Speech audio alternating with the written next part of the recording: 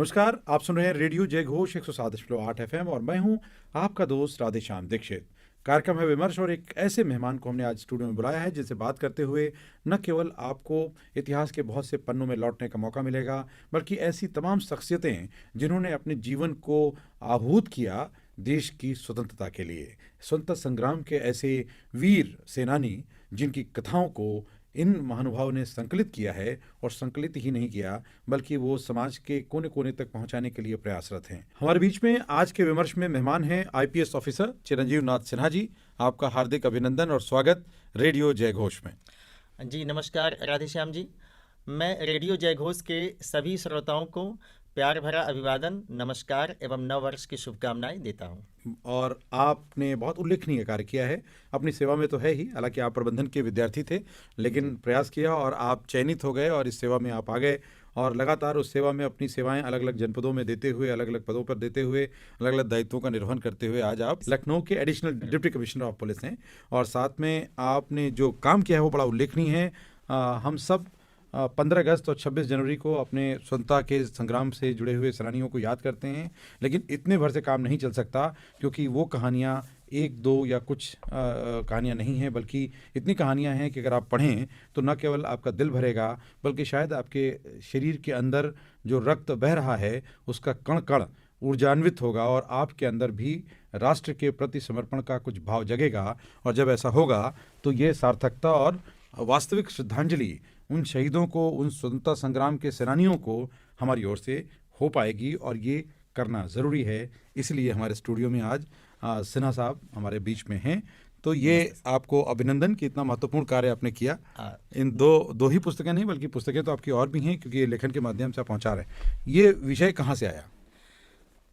Sir, जब आज़ादी का अमृत महोत्सव की शुरुआत हमारे देश के यशस्वी माननीय प्रधानमंत्री जी ने किया और उन्होंने एक बहुत अनूठी पहल की कि हर व्यक्ति को यह जानने का अधिकार भी है और उसे यह जानना चाहिए कि जो आज़ादी हमें प्राप्त हुई है वह एक दिन की नहीं है, किसी एक व्यक्ति की नहीं है, वरन यह संपूर्ण समग्र भारत इस महान यज्ञ में अपने आप को आहूत किया था उसने। तो ऐसे इसी समय, उस समय जो भारत के राष्ट्रपति महोदय थे श्री रामनाथ कोविंद साहब, वो कानपुर में एक सभा में उन्होंने यह कहा कि महारानी झांसी की रानी लक्ष्मीबाई जी को सभी जानते हैं, तात्या टोपे को सभी जानते हैं, लेकिन उनके साथ कितने लोगों ने काम किया, जैसे अजीजन बाई हैं या मैना देवी हैं, हम उनको बहुत कम जानते हैं। बहुत छोटा सा समुदाय है जो जानता है, लेकिन उनकी भी कुर्बानी कहीं से कम नहीं है, हमें उनको अवश्य जानना चाहिए। ये बात जब मैंने उनकी सुनी तो बहुत अंदर तक इसने मुझे स्ट्राइक किया, तो मैंने सोचा कि इस पर निश्चित ही काम किया जाना चाहिए और उनकी प्रेरणा से फिर मैंने ये काम स्टार्ट किया और आज यह पुस्तक के रूप में आपके समक्ष है। क्या बात है। और ये बहुत महत्वपूर्ण है जब आपने आज़ादी की बात की और आज़ादी के अमृत महोत्सव यानी कि आज़ादी के 75 वर्ष का जब उत्सव हम मना रहे हैं, तब ये बहुत महत्वपूर्ण तथ्य है कि जो स्वतंत्र का समर है उसकी 2 तिथियां हम याद करते हैं, 1857 और 1947। लेकिन ये 2 वर्ष ही नहीं है, इसकी कहानी और पहले से शुरू होती है। इसके बहुत तह में आप पहुँचे। थोड़ा हमारे श्रोताओं और दर्शकों को, जो हमारे डिजिटल प्लेटफॉर्म के दर्शक हैं, उनको भी बताएं कि ये शुरुआत कहाँ से होती है, वो पहला स्वतंत्र समर कब शुरू हुआ? जी, अमूमन हम 1857 को अपनी क्रांति, अपनी आज़ादी के समर का शुरुआती वर्ष मानते हैं। लेकिन सर, आपको जानकर यह बहुत खुशी होगी कि आज से करीबन 425 वर्ष पूर्व 1525 में कर्नाटक का एक छोटा सा जगह थी, उसका चौटा, वहाँ एक मातृसत्तात्मक वहाँ पे एक राज्य होता था और वहाँ की एक रानी थी, रानी अबक्का। रानी अबक्का। रानी अबक्का एक ऐसी शख्सियत थी जिन्होंने कभी भी सत्य से अपना दामन पीछे नहीं हटाया। और उस समय तक आपको याद होगा कि जो भारत का जो पश्चिमी घाट है वहाँ पे विदेशियों का आवागमन शुरू हो चुका था। 1398 में जब वास्को डी गामा आते हैं उसके बाद और 1525 आते आते उन पुर्तगालियों ने यहाँ के जो कम्युनिटी है उससे टैक्स मांगना शुरू किया कि आपको टैक्स देना होगा, तब आप यहाँ पे अपना शासन कंटिन्यू कर सकते हैं। रानी अबक्का ये समझ गई कि यह इंडिया को एक तरीके से आर्थिक चोट पहुंचाने का एक षड्यंत्र है, क्योंकि उनका मानना था कि जो टैक्स आता है, जो कर आता है, वो राज्य को जनता के जो कल्याण है उनके काम में इसको खर्च होना चाहिए। और यदि ये पैसा हम विदेशियों को दे देंगे तब तो विदेश में चला जाएगा, विदेश समृद्ध होगा। उन्होंने इसको मना किया। जब उनको ऐसा महसूस हुआ जो विदेशी सत्ता की अब ये रानी तो बात मानेंगी नहीं, तो उन्होंने रानी के विरुद्ध अनेक षड्यंत्र स्टार्ट किए। उन्होंने उनके आसपास जो है वो सेना बिछा दी, उनके जो वाटर कनेक्शन से उनको कट किया, जो उनका राशन जाता था वहाँ से उनको कट किया। लेकिन रानी जो अबक्का है वो इससे कतई नहीं घबराई। और एक अच्छी बात यह है कि उन्होंने हिंदू और मुस्लिम दोनों कम्युनिटी को अपने साथ रखा और उन्होंने पुर्तगालियों के छक्के छुड़ा दिए। और ये घटना है 1525 1525 यानी कि 1857 से करीबन 332 वर्ष पूर्व। तो हमारा आज़ादी का जो समर है वो 1857 से भी 332 वर्ष पूर्व जाके शुरू होता है। क्या बात है। और ये है स्वतंत्रता संग्राम सेनानी जिन्होंने अपने जीवन का बलिदान दिया और उन कठिन दुरूह विपरीत परिस्थितियों में अपने शौर्य का परिचय देते हुए जो असंभव था उसको संभव कर दिखाया। और वो अग्निबाण। हाँ, और वो रानी अबक्का चौथा ही भारत की एकमात्र ऐसी सामरिक योद्धा है जिनको यह पता था कि जो भारतीय पुराणों में अग्निबाण का जो कॉन्सेप्ट होता है वो क्या है। वो अंतिम योद्धा थी। उसके बाद फिर इंडिया में अभी तक का कोई प्रमाणिक इतिहास नहीं है कि कोई और योद्धा अग्निबाण को चलाना जानता। और ये क्या अग्निबाण का कैसे? आप आज क्या समझिए कि जो रॉकेट हम कहते हैं या जो मिसाइल आप कहते हैं वो आज से जो आज मतलब कि यूरोपियन कंट्रीज में स्टार्ट हुआ, हमारे यहाँ तो ये 450 वर्ष पहले ही स्टार्ट हो चुका था। लेकिन बहुत सारे आविष्कार जैसे हम कहानियाँ भूल जाते हैं, माता पिता हमको कोई दायित्व देते हैं लेकिन कुछ दिन में दिमाग से बिसर जाता है। तो वैसे ही एक समय के परिस्थितियों के कारण उनमें बहुत सारे ऐसे ज्ञान की परंपराएं जो है वो विलुप्त हुई हैं जिसका लाभ हम नहीं ले पाए। निश्चित रूप से अभी इतिहासविद के बीच में इसको लेकर के बहुत सारे विरोध होंगे, हैं भी और होने स्वाभाविक भी हैं, क्योंकि किसी भी तथ्य की तलाश के लिए प्रयास होते हैं और उसके बाद परिणाम प्राप्त होते हैं। तो ये आपकी तलाश है जिसमें ऐसी कहानियाँ संकलित की हैं। ये कहानी का पूरा जो वास्तविक जो घटनाएं हैं उन रणबांकुरों की कथाएं हैं, इसमें रक्त का कण कण समर्पित। और ये केवल उत्तर प्रदेश के अलग अलग जनपदों के जितने ऐसे जो 75वां वर्ष है, इसलिए मैंने 75 लोगों को इसमें चुना है। और इसी तरह से पूरे देश के अलग अलग राज्यों के ऐसे जो रणबांकुरे हैं उनको आपने इसमें समाहित किया है और आपने आग्रह किया है कि जरा याद उन्हें भी कर लो। तो ये बहुत महत्वपूर्ण कथाओं का संग्रह है। तो इन कथाओं में से अगर हम सबसे पहले बात करते हैं उत्तर प्रदेश की, तो उत्तर प्रदेश के विभिन्न जनपदों की ये कहानियां हैं। तो इन कहानियों में किन कहानियों का आप उल्लेख करना चाहेंगे आज के हमारे इस सत्र में हमारे श्रोताओं के साथ? जी अब मैं कुछ कहानियां आपको बताना चाहूँगा। जैसे मैंने जो उल्लेख किया कि मैना देवी, आप कानपुर का नाम आपने सभी से ने सुना होगा। तो कानपुर के पास बिठूर नाम का एक जगह है और वहाँ पे एक 13 वर्ष की बच्ची, 13 वर्ष जब आप किशोर अवस्था में प्रवेश करते हैं, और उस 13 वर्ष की बच्ची ने आपने यह अद्भुत करिश्मा किया कि अंग्रेजों के होश उड़ गए। हुआ क्या था कि जब नाना साहब की ये दत्तक पुत्री थी और जब नाना साहब को एक टैक्टिकल रिट्रीट के तहत किसी अन्य स्थान पे जाना था, तो उनको लगा अंग्रेजों को कि हम इनको नेस्तनाबूद कर देंगे। इस चीज़ पे अब कैसे काम हो, तो उन्होंने मैना देवी, मंथन हो रहा था, मैना देवी ने कहा कि पिताजी मैं यहाँ रहूँगी, मेरे रहने से अंग्रेजों को यह आभास होगा कि आप यहीं पर हैं, इसीलिए वो पूरा का पूरा अपना जो शक्ति का केंद्र है वो इसी महल को बनाएंगे। और आप जो है कि महल के गुप्त दरवाजों से यहाँ से आप किसी अन्य स्थान को जाइए और वहाँ से आज़ादी का जो समर जो है उसको आप कंटिन्यू कीजिए। नाना साहब तैयार नहीं हो रहे थे क्योंकि 13 वर्ष की बच्ची बहुत ही छोटी होती है, और उन्होंने कहा कि यदि आप विदेशियों के हाथों पड़ोगी तो हो सकता है कि वो तुम्हारे साथ कुछ अनुचित भी करें। तो उस 13 वर्ष की बच्ची ने क्या कहती हैं कि पिताजी मुझे अपना नारी धर्म निभाना आता है और मैं भारत की जो स्त्रियों की अस्मिता है उस पर कभी कोई संकट नहीं आने दूंगी। नाना साहब मैना देवी पर विश्वास करते हैं और वो भारी मन से वहाँ से विदा होते हैं। जब अंग्रेज देखते हैं कि अच्छा इनकी बेटी तो यही है, तो उन्होंने कहा जब बेटी है तो पिता भी यही होंगे, और वो महल पे अटैक होता है। उस अटैक के दौरान नैना देवी को कैप्चर वो करते हैं और पूरे महल में, लेकिन जब वो खोजते हैं तो नाना साहब और उनके साथी तात्या टोपी साहब वहाँ से जा चुके होते हैं। अंग्रेज उनको, जो हैवलॉक है वहाँ का कप्तान, वो उनको बहुत बुरी तरह ट्रीट कर, और उसने काफ़ी पहले तो उसको परसुएड किया कि नहीं तुम आप बता दो कि ये आपके पिताजी कहाँ हैं, लेकिन वो नहीं बताती हैं। तो आप ये सोचिए कि 13 बरस की बच्ची को उन्होंने आग में झोंक दिया। और कैसे झोंका, ऐसा नहीं कि एक बार में झोंका।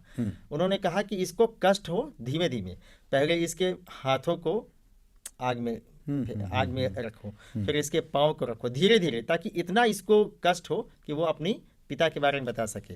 लेकिन नैना देवी जो मैना देवी हैं वो नहीं मानती हैं, और अंततोगत्वा वो आहुति अपनी दे देती हैं, लेकिन उन्होंने अपने पिता और उनके जो साथियों का पता नहीं बताया, और यही वजह है कि 1857 का जो संघर्ष है वो सफल हुआ। तो 1857 का जो संघर्ष है उसमें मैना देवी का जो स्थान है वो हैट्स ऑफ टू मैना देवी की अद्वितीय है। बहुत महत्वपूर्ण बात है। इसमें दो महत्वपूर्ण तथ्य, जो बिठूर है ये धरती का केंद्र बिंदु है, इसीलिए बिठूर में लोग दर्शन के लिए जाते हैं और उस स्थान को वो प्रणाम करते हैं।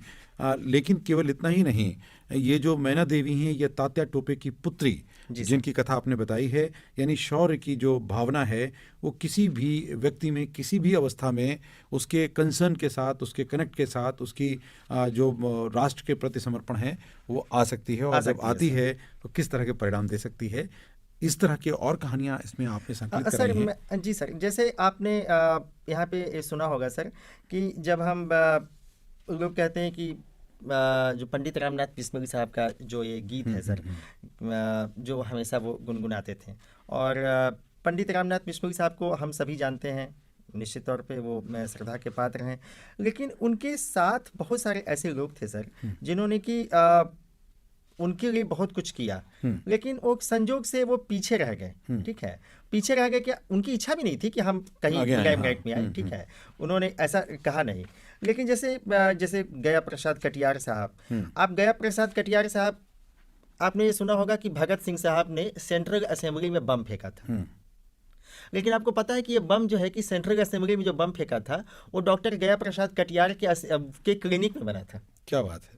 और वो क्लिनिक आगे दवाखाना था, पीछे गया प्रसाद कटियार का बम का कारखाना था। क्या बात है। यानी स्वतंत्रता संग्राम के समर में जो क्रांतिकारी सम्मिलित थे उनके लिए पूरी रसद, पूरा सहयोग ये कानपुर में बना, चिकित्सालय के पीछे मिल रहा है। वो डॉक्टर साहब होम्योपैथी के डॉक्टर थे, पीछे उनका बमों का कारखाना था, और उन्होंने वहाँ बम बनाए, और वही बम सेंट्रल असेंबली में जब फेंका, उसका उद्देश्य यही था भगत सिंह साहब का कि जो अंग्रेजों के कान बहरे हो चुके हैं वो ये सुने। उनका उद्देश्य हिंसा नहीं था, उनका उद्देश्य था कि बहरे कानों पे दस्तक देना, और उसके पीछे का बम हमारे यूपी में बना था। और यूपी में और भी एक महत्वपूर्ण घटना हुई, जहां दुर्गा भाभी लखनऊ में रहीं, और लखनऊ में उस गुप्त स्थान पर रहीं जो आज भी सदर में उनके उस स्थान को संरक्षित किया गया है।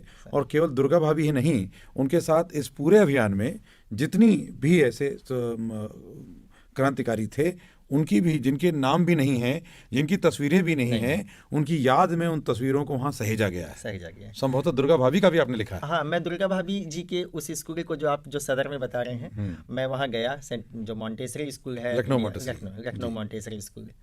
आप सोचिए, दुर्गा भाभी के जो पिताजी, जो हस्बैंड थे, वो उस समय लाहौर में हैं। भगत सिंह साहब को जो इस घटना के बाद उनको वहाँ से गुप्त वेश में, छद्म वेश में जाना है। एक रात का समय, भगत सिंह नवयुवक हैं, दुर्गा भाभी जी उनकी भाभी लगती हैं। अब वो जब क्रांतिकारी आते हैं कि भाभी आपको इन्हें अपना पति बनाकर ले जाना है, तो एक बार वो चौंकती हैं कि समाज क्या कहेगा, क्योंकि निश्चित तौर पे कुछ ऐसी चीज़ें होती हैं। लेकिन उन्होंने देश की खातिर उन्होंने कहा कि सबसे पहले देश है, उसके बाद है, और उन्हें अपने पति और उनके अपने ऊपर भी काफ़ी भरोसा था कि उनके पति इस बात को समझेंगे डॉक्टर साहब। तो वो उनको अपना पति बनाती हैं, अपने पति के रूप में, और वो स्टेशन पे आती हैं। लोग उनको जब चेक करते हैं तो उनको समझ में नहीं आता, वो सोचती हैं कि अच्छा ये तो कोई पैसेंजर होगा। और भगत सिंह साहब वहाँ से पलायन करते हैं और कोलकाता तक जाते हैं। ओवरनाइट की जर्नी है, ठीक है।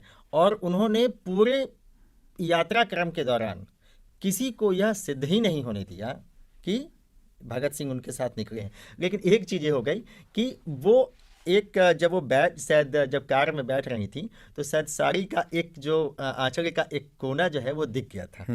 वो दिखा तो वो उन लोगों ने किसी को शायद संज्ञानित हुआ होगा, वो वहाँ से शायद कुछ ट्रेस हुआ तो कोलकाता की पुलिस को उन्होंने इन्फॉर्म किया होगा। लेकिन पूरे यात्रा के दौरान भगत सिंह को सेफ पहुंचाया। और जो कहते हैं ना कि क्रांति आई, और जो भारत का उनके भगत सिंह का नाम तो खैर हम सभी के लिए प्रातः स्मरणीय है, उसके पीछे दुर्गा भाभी का यह जो योगदान है, बलिदान है, वो सुप्रीम है। और इसके साथ ही उन्होंने बहुत सारे ऐसे काम किए, एजुकेशन में इतना काम किया उन्होंने। उनके पति की मृत्यु हो गई लेकिन वो उसे नहीं डिगी, उसके बावजूद भी उन्होंने सारे स्वतंत्रता सेनानियों को अपने यहाँ शरण दिया। यही लखनऊ की सरजमी है सर। तो लखनऊ में ऐसे बहुत से क्रांतिकारी, ऐसे बहुत से लोग थे जिन्होंने क्रांतिकारियों को शरण दी, उनको सहयोग किया, उनको आर्थिक मदद भी की और सामाजिक तमाम तरह के अवसरों पर उनका सहभागिता की, और उन सब की स्मृतियों को सहेजने का काम आपने इस पुस्तक में किया है। ऐसे ही एक राय साहब की कहानी भी आपने इसमें संकलित की है। हाँ, तो उनकी कहानी भी आप ज़रूर सुनाएं, क्योंकि ये वो लोग हैं जिनका स्थान अलग अलग था, उनकी जातियां अलग अलग थीं, मज़हब अलग अलग थे, लेकिन उनकी भागीदारी, उनका समर्पण एक था, राष्ट्र के प्रति उनका समर्पण। हाँ, मैं बताना चाहूँगा कि आज हम लखनऊ में बैठे हैं और मेरा सौभाग्य है कि मैं आपके साथ हूँ। तो एक संत कुमार राय होते थे और वो एकदम किशोर युवक, 15 वर्ष का युवक, जैसे आज के समय में समझिए कि वो क्लास 10th का एक युवक। संत कुमार साहब का जन्म लखनऊ में हुआ था। उनके पिताजी सीताकांत साहब थे और माताजी ओमियो थी, और वो शुरू से ही काफ़ी वो निडर थे। संत कुमार साहब ने सोचा कि मैं रहूं या ना रहूं, ये देश रहना चाहिए। और वो उन्होंने उस 14-15 वर्ष की अवस्था से ही क्रांतिकारियों के लिए काम करना शुरू किया। तो आप कह सकते हैं कि उन्होंने अपना जो स्टार्ट किया जीवन, वो एज ए कैरियर स्टार्ट किया। जैसे अंग्रेजों के खिलाफ बम पहुंचाना है, पैम्पलेट पहुंचाना है, तो संत कुमार राय अच्छा छोटे थे तो किसी को शक भी नहीं होता था। एक दिन यही जो आपका आईटी कॉलेज है, जो आपका काफ़ी फेमस है, आईटी कॉलेज चौराहे के पास वो जा रहे थे, तो जो हजरतगंज जो आपका थाना है, तो उसमें तो अंग्रेजी यहाँ का इंस्पेक्टर होते होंगे, वो वहाँ से जा रहे थे। लेकिन उस इंस्पेक्टर ने जब इन्होंने देखा संत कुमार राय को तो उसको कुछ शक हुआ, उन्होंने उसको पकड़ा। और आपको बताऊं कि वो 14-15 बरस उसमें से उनको बम और पैम्पलेट्स प्राप्त हुए। उस 14-15 बरस के युवक को उस हैवान ने बर्फ के सिल्ली पे लिटाया। उसके बाद उसकी हाथों में कीलें ठोक दी, हाथ ऐसे, हाथ और पैरों में। लेकिन वो पूछता रह गया कि वो अब तुम किसको देने जा रहे थे, वो कौन से क्रांतिकारी हैं। लेकिन संत कुमार राय ने इसको कतई नहीं बताया। और जो आपका जो सेंट्रल आपका जो लखनऊ जो आपका कारागार है, आज भी उनके बारे में वहाँ के इतिहास में सुरक्षित है। इसके साथ ही एक चीज़ ये हुआ कि जब वो एक दिन आप अमीनाबाद मार्केट का आपने नाम सुना होगा, तो अमीनाबाद में जो अंग्रेज उस समय के इंस्पेक्टर थे, वो अपनी बाइक से यानी कि मोटरसाइकिल से जा रहे थे। अचानक इन्होंने ये 2 क्रांतिकारी साथ में थे। जब उस अंग्रेज इंस्पेक्टर ने चाहा कि इसको पकड़े, तो उन्होंने एक पास में जो एक पुराना सा टायर था उसको इस तरह से मैंने एक सुदर्शन चक्र बनाया और ऐसा घुमा के फेंका कि जो अंग्रेज इंस्पेक्टर है वो वहीं गिर गया। और उन्होंने उस अंग्रेज इंस्पेक्टर को जो उसका जो सरकारी है जो उसका पिस्टल था उसको उन्होंने छीन लिया, ठीक है। और जबकि ये बहुत बड़ी घटना होती थी उस समय। और बाद में उन्होंने उसको क्रांतिकारियों को दिया। इसके पश्चात उनके ऊपर उनको काफ़ी सजाएं भी हुई, लेकिन वो नहीं डिगे। और उन्होंने बाद में सरस्वती थिएटर ऑफ मुंबई में काम करते हुए अपने जो फ्रीडम फाइटर्स में संलग्न भाई और बहन थे उनको उन्होंने काफ़ी मोटिवेट भी किया, नाटकों के माध्यम से किया। ये है कि अलख जो है आज़ादी की हर दिल में जली रहे और उसकी लौ हर जगह जलाई जाए ताकि उसकी रोशनी हर एक नागरिक तक पहुंचे और उसकी भागीदारी स्वतंत्रता के समर में हो सके। इसके लिए बहुत तरह के प्रयास क्रांतिकारियों ने किए। कहीं रोटियां बांटी जाती थीं संदेश देने के लिए, तो अलग अलग तरह की कोशिशें थीं। इस तरह से जो हमें रोटी आज़ादी बांटने मिली। वाली कहानी है जी। सर, वो रानी सुनंदा की है। हाँ, हाँ, और हाँ। रानी सुनंदा का मैंने जिक्र किया है कि वो रानी थी, लेकिन वो तपस्विनी के रूप में उन्होंने अपने आप को चेंज किया, और लोग तपस्विनी के रूप में उन पर कोई शक नहीं करता था।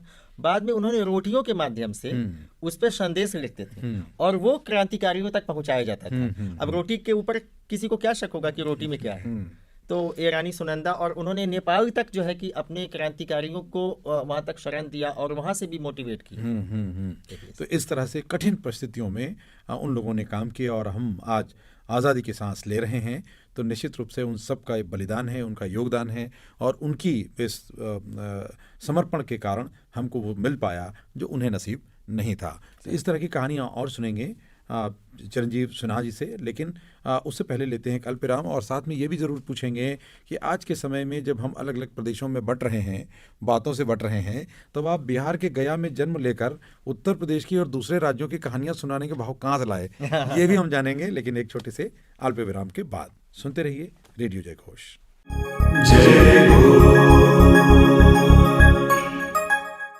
एक बार फिर आपका स्वागत है। आप सुन रहे हैं रेडियो जय घोष 107.8 FM। मैं हूं आपका दोस्त राधेश्याम दीक्षित, और कार्यक्रम है विमर्श, जिसमें हमारे खास मेहमान जिन्होंने आज़ादी और स्वतंत्रता संग्राम के सेनानियों की तमाम कहानियां संकलित की हैं, IPS चिरंजीव नाथ सिन्हा जी हमारे बीच में। और आप लगातार उन कहानियों को खुद सुना रहे हैं। अपने आप में बहुत रुचिपूर्ण है, क्योंकि जिसने जिया है, जिसने अनुभूत किया है, उसके मुखाबिन से जो बात आती है उसमें कुछ प्रभाव अलग ही होता है।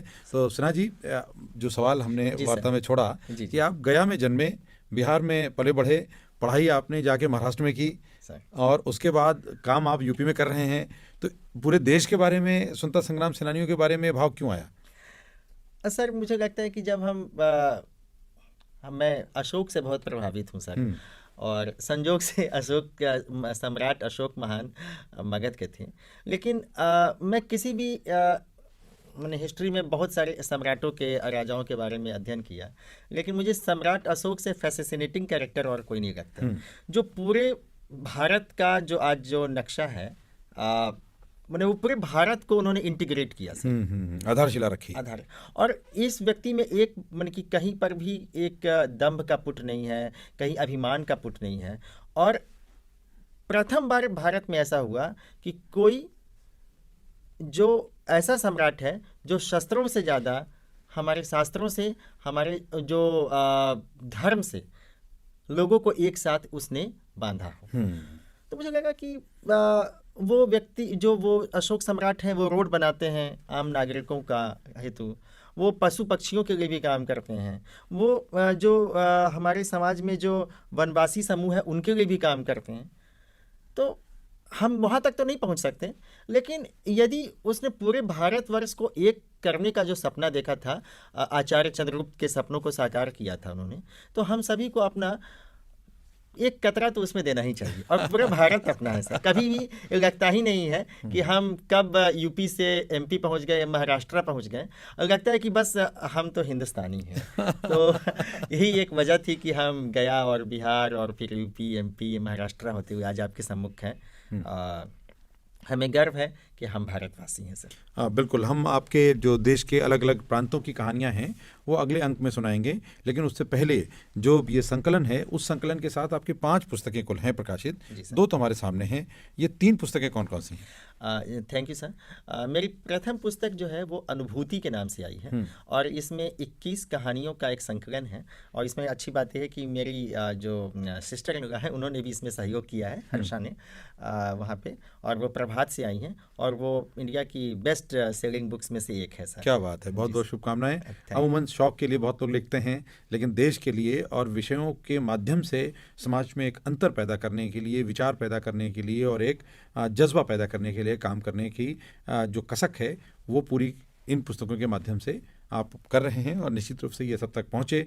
और ये सब प्रभात प्रकाशन की से प्रकाशित हैं, और ये आप इन्हें पढ़ सकते हैं और इनको आप इनको जी सकते हैं, क्योंकि पढ़ना ही भर नहीं है, इनको जीना भी है। और इसके बारे में जो उल्लेख किया है इतिहासविद रवि भट्ट जी ने, जो कि अपने गुरु भी हैं हमारे और हमारे भी गुरु समान मित्र हैं, तो बहुत अच्छा उनका, चूँकि वो माना जाता है कि उनका अध्ययन योगेश प्रवीण जी के बाद बहुत गहरा, और वो उनको जीते हैं, जानते हैं, समझते हैं और दुनिया को उनकी कथाओं को रुचिपूर्ण ढंग से सुनाते भी हैं। तो उनको भी आप समझेंगे। तो हम चाहेंगे कि इसमें कुछ ऐसी कहानियाँ जो किसी विशेष प्रदेश से प्रभावित, इसमें आशुतोष शुक्ल जी जो दैनिक जागरण के राज्य संपादक हैं, बहुत गंभीर व्यक्ति हैं, अच्छे पत्रकार हैं, श्रेष्ठ उनका भी भाव है कि अच्छे लेखक भी हैं तो उनका भी इसमें एक लेख है। और आपने बहुत सी और कहानियां जो गढ़ी हैं, इसमें गढ़ी क्या, जिनको जिया है आपने, लिखा है, इसमें संकलित किया है। कुछ और कहानियों को हमें जो प्रेरित करें, बताएं कि हमने बहुत कुछ छोड़ा है जिनको हमें जानना ज़रूरी है। जैसे जो स्वतंत्रता का जो ये समर था, ये सिर्फ बंदूक और बारूद से नहीं हुआ सर, बहुत अन्य विधाएं भी इसमें आई। आपको जानकर बहुत ही खुशी होगी कि नाटकों के माध्यम से भी जन जागरण हुआ, कविताओं के माध्यम से भी हुआ। तो जो हमारे आर्टिस्ट है ना, वो आर्टिस्ट जो होते हैं वो दुनिया के सबसे अच्छे व्यक्ति होते हैं। मैं ये मानता हूँ कि वो व्यक्ति जो आर्टिस्ट होगा, जो सच्चा आर्टिस्ट है, वो कभी भी फरेब, कभी भी असत्य के ऊपर की तरफ नहीं जाएगा। मैं एक महान स्वतंत्रता सेनानी बचई सिंह के बारे में आपको बताना चाहूँगा कि बचई सिंह, जिन्होंने नाटकों के माध्यम से जन जागरण किया और स्वतंत्रता की अलख जगाई। 1930 का समय था और 1930 में जब इस समय हमारे पीक पे आ चुका है, हमारा सविनय अवज्ञा आंदोलन का स्टार्ट हो चुका है, गाजीपुर के करंडा में इनका जन्म हुआ था। जब 1930 में कांग्रेस का नमक सत्याग्रह शुरू हुआ, तो उस समय लोगों ने एक बड़ी अद्भुत सी भावना आ गई। सब लोगों को लगा कि अब हमको तो कुछ ना कुछ करना ही है। और उस समय मात्र 14 वर्ष के थे।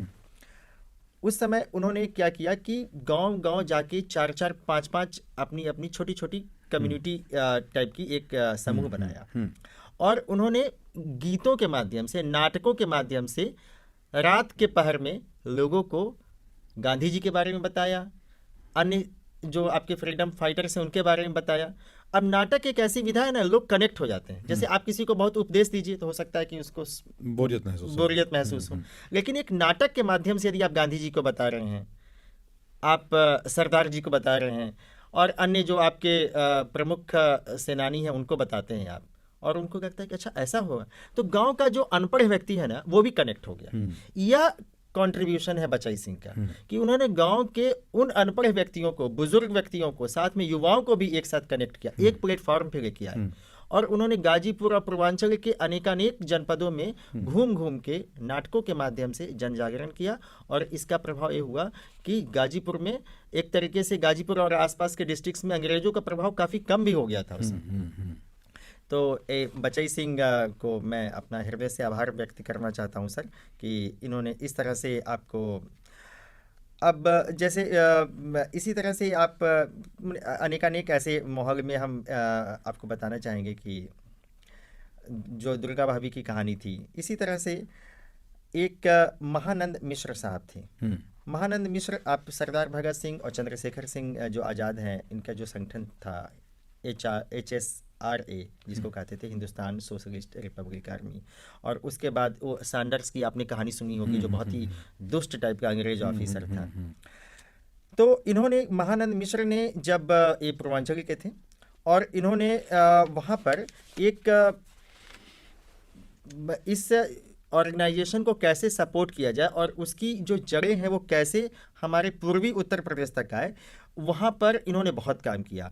और चित्तू पांडे साहब के साथ इन्होंने बहुत काम किया। एक CID के इंस्पेक्टर थे उस समय, माया सिंह साहब, उन्होंने इनको बहुत परेशान किया, लेकिन इनके साथ इन लोगों ने उस अंग्रेज जो हुकूमत के जो इंस्पेक्टर थे उसको उन्होंने वहाँ से हटवाया, मैंने वो उनके अगेंस्ट कार्रवाई कराई। और इन्होंने 500 ट्रेंड, 2000 उनकी जो और भी उनके साथ सहयोगी, इनके स्वयंसेवकों की एक पूरी फौज वहाँ खड़ी कर दी। और गाजीपुर से आप करंडा से जब आप आगे चलेंगे, जहाँ की आज एक नया आपका जो शहीद जो बन गया है हाईवे, उस पूरे इलाके में अंग्रेजों की सत्ता को उखाड़े फेंकने में इन 2500 स्वयंसेवकों का बहुत बड़ा योगदान है, जिसके पीछे श्री महानंद मिश्र थे।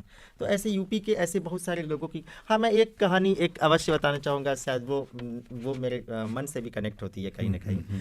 तो खास करके आप जिन जनपदों में सेवारत रहे हैं, हाँ, वहां से आप सीधे कनेक्ट कर पाते सीधे होंगे। कनेक्ट कर पाते। तो मैं ये कहता हूँ कि जो लोग कहते हैं कि जो नृत्यांगनाएं हैं, तो उनका काम तो नृत्य करना है।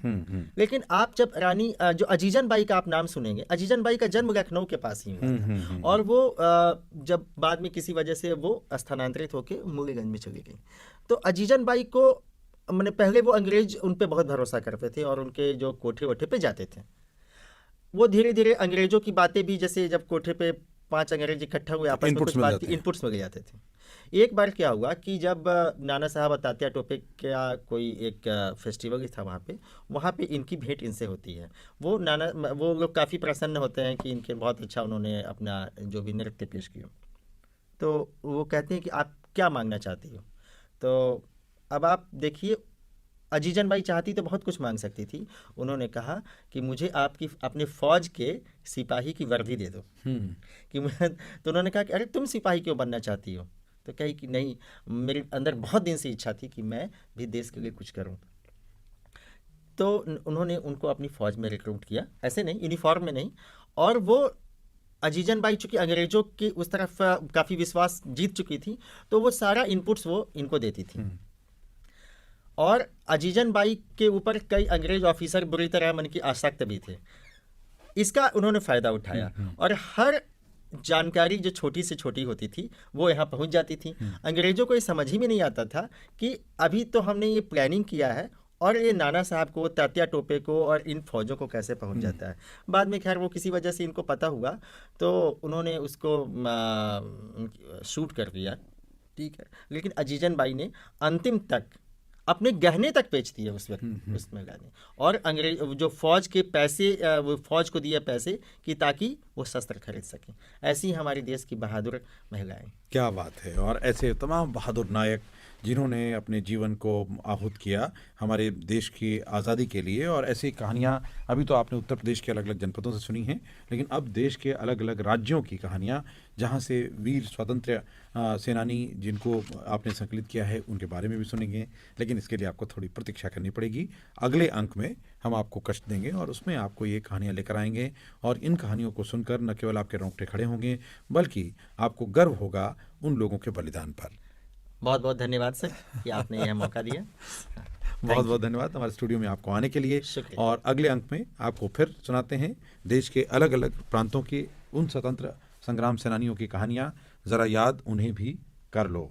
तो अभी आपने जो पढ़ा है उनको और भी पढ़िएगा। प्रभात पेपरबैक्स में आपको ये सारी संकलन जो है वो उपलब्ध हैं, ऑनलाइन भी मंगा सकते हैं।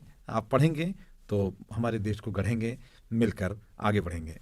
नमस्कार, सुनते रहिए रेडियो जय घोष 107.8 FM। दीजिए अनुमति। नमस्ते। जय